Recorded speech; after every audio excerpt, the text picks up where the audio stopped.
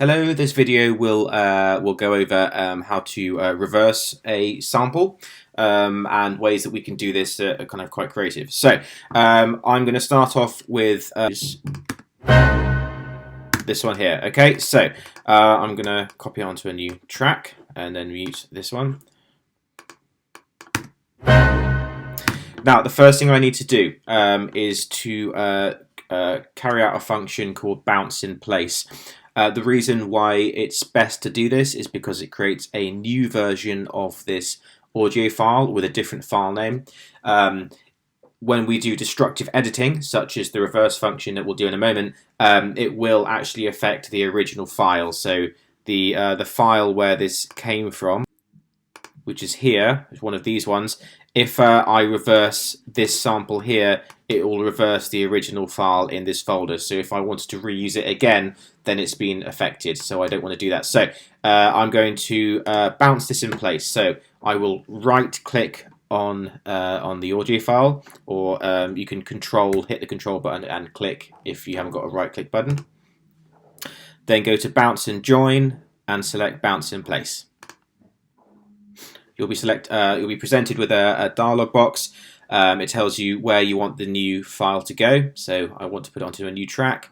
It will tell you what you want to do with the original material. So I'm going to mute the original audio file. And you can, if you have effects and stuff on it, you can ask it to keep the effect tail, such as reverbs. So we'll hit OK. And here we have a brand new version, the same audio file but with a different name. You can see this one has a _BIP at the end of the name for bounce in place. So just double check it's the same sample. What I'm going to do is I'm going to reverse it. So to do this, double click on the file, opens up the audio editing window.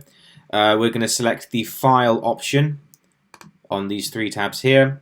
And then I will select the audio and do Command A for select all. And I'm going to hit the functions drop down and select reverse. As you can see, then that file is now reversed.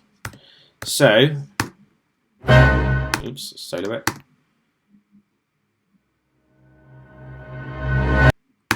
So this could be used for a kind of build up into a next section. Having a kind of a reverse wind up can add sort of tension and prepare the audience, or the listener, sorry, for something that's about to happen. We could also combine it with the original file, so it kind of fades in, then impacts, and then fades out again. If we just match up the timings of the end point and the start points, let's try this. I'm going to right click and unmute this.